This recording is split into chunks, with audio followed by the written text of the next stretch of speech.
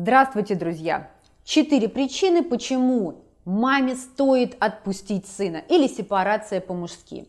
Сепарация, то есть физическое и психологическое отделение от родителей, позволяет подростку вырасти в зрелую личность. Об этом я уже говорила в своих видео «Личные границы детства и зрелость», «Кризис взросления от 18 до 22 лет» и «Инфантилизм». Посмотрите, если вам интересно.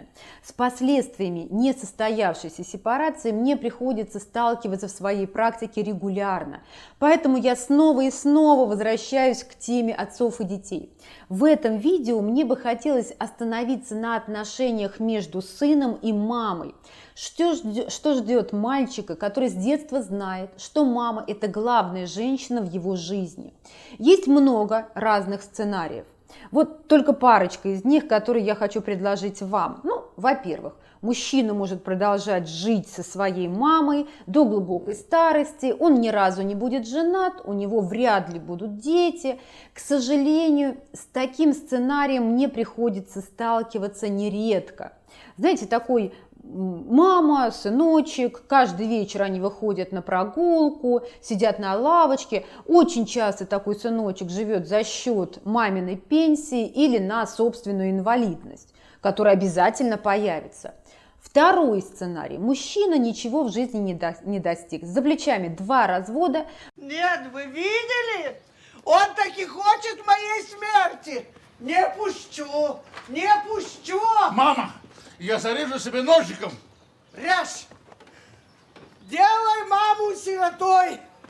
Плохие отношения с бывшими женами, отсутствие в принципе общения с детьми, и даже если они приезжают и появляются, то отношения мамы или бабушки с внуками не самые хорошие, потому что внуки не любят бабушку так, как ей бы этого хотелось. Или третий сценарий. Мужчина живет один, но постоянно меняет любовниц, а в любой непонятной жизненной ситуации бежит консультироваться с мамой. Пройти вот этот жесткий мамин отбор, конкуренцию не может ни одна женщина. А если она вдруг сможет, то в скором времени это приведет к разводу, она станет экс-женой, а мужчина переходит во второй сценарий. Да? Развод и плохие отношения с бывшей женой и с детьми. Итак, мама счастлива, потому что она заполучила в свое полное распоряжение мужчину, который всегда принадлежит только ей. Но расплачиваться за это приходится сыну. И именно он несет на себе груз ожиданий, пытаясь до глубокой старости оставаться маминой радостью и хорошим сыном. Если вы мама мальчика, я предлагаю вам осознать 4 причины, которые убедят вас в том, что своего сына надо отпускать. Первая причина – он не станет мужчиной, а вернее, он не сможет освоить и примерить на себя мужской образец поведения. Почему? Связь матери с сыном всегда нечто особенное. Ведь именно мама в первый год жизни является центром мира для ребенка. Сын познает мир через маму. И с папой его тоже знакомит мама.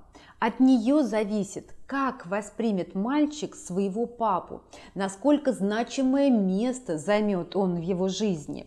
Через материнское посредничество сын получает доступ к тем самым мужским качествам. И если мама каким-то образом препятствует этому, пытается заменить собой образ папы, мальчик не проходит ту самую инициацию. Мужчиной мальчик может стать только пройдя через идентификацию со значимой мужской фигурой. Мама этого заменить не сможет, как бы ей этого не хотелось. Но именно это и пытаются сделать многие мамы. Они допускают ошибку. После рождения женщина отодвигает своего мужа на задний план, и вместо партнерских отношений женщина надевает роль матери и несет свое материнство очень гордо. Она перестает быть просто любящей женой, а муж, папа, чувствуя, что он такой, знаете, отодвинутый, лишний, он отстраняется от семьи сначала эмоционально, а потом физически. И оставляет маму наедине с новым любимым мальчиком. Но дело в том, что без доступа к этой мужской фигуре ребенку будет очень сложно сформировать в себе такие качества характера, как уравновешенность, ответственность, целеустремленность. И именно папа дает сыну гораздо больше, чем какую-то там внешнюю схожесть. Он дает такие понятия, как честь, достоинство, чувство меры, социальная самореализация. Все это возможно для мальчика благодаря отцовской фигуре.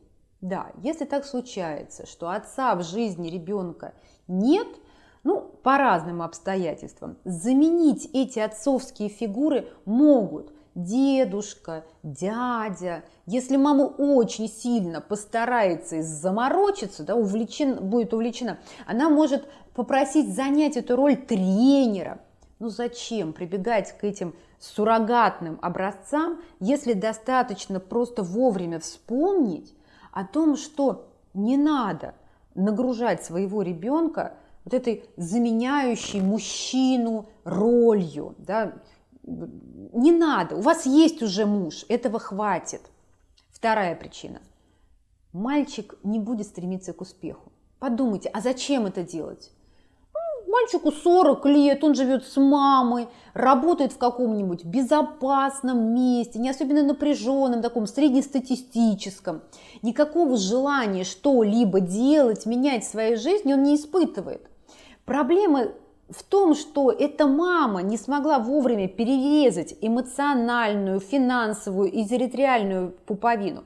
Что в результате получает сын такой любящей, гиперопекающей мамы? Он получает отсутствие какой-либо мотивации что-либо делать. А зачем что-то делать, если дома есть всегда тарелка супа, причем горячего, хорошего, привычного, белье постирано, за коммунальные услуги оплачено? Многие мамы препятствуют естественному процессу отделения ребенка, получая при этом свою выгоду. Мама, он проснулся и не хочет. Не трогай ножик, холомидник. Мама сказала, ничего не трогай. Что вы кричите, мама? Я понимаю слов. Сейчас же брось! Сейчас же брось! Идет!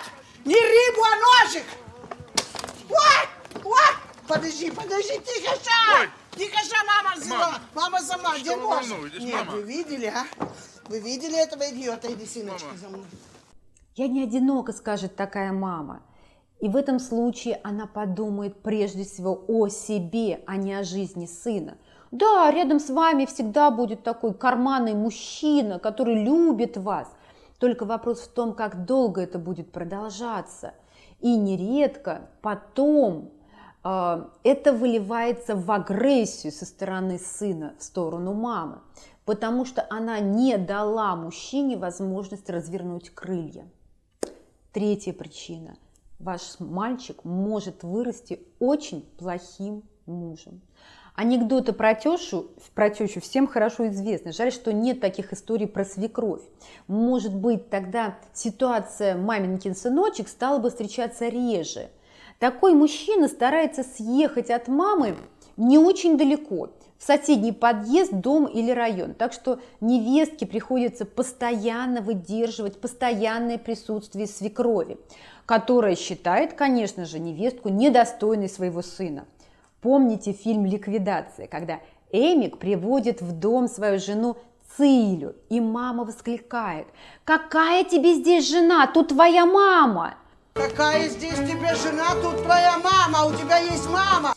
Вот это примерно та же история. К сожалению, такой мужчина будет делать женщину несчастной, ведь он будет постоянно выполнять свой сыновий долг, бросать все и мчаться за лекарствами по первому мамину звонку, ехать на дачу к маме, вместо того, чтобы проводить время с детьми и женой. А на вопрос такой робкий, да, может быть, мама заберет детей летом на природу, на дачу? Что ты, дети шумят, а у мамы больное сердце. Такой муж будет больше беспокоиться о маме, вместо того, чтобы заботиться о своей семье. Но мама скажет в таком случае: а что здесь плохого? да? Ну, действительно. Но спросите себя сами, разве развод с женой мальчика сделает в результате его счастливым? Да? 4-я причина. Такой мальчик будет испытывать постоянное чувство вины. А вина трансформируется в агрессию либо на себя, либо на вас. На того человека, который это чувство вызывает. Мать на благо сына отдалила от себя отца, пожертвовала личным счастьем, карьерой.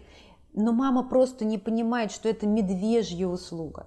Каждый день своей жизни мальчик будет испытывать чувство вины.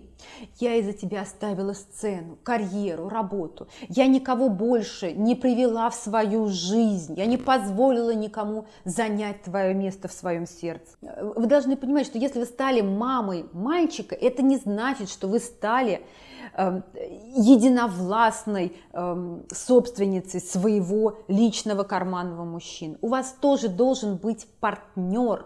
И вы не должны перекладывать эту обязанность на сына, иначе происходит подмена ролей. К сожалению, мне нередко приходится слышать от мамы: я не знаю, что буду делать, если в его жизни появится другая женщина. Вдумайтесь в эти слова. Это страшные слова. Итак, дорогие мои мамы сыновей, я тоже мама сына. Я прошу вас, для того, чтобы наши дети смогли развернуть крылья и улететь в свою взрослую жизнь, просто отпустите. Мира вам, добра и счастья.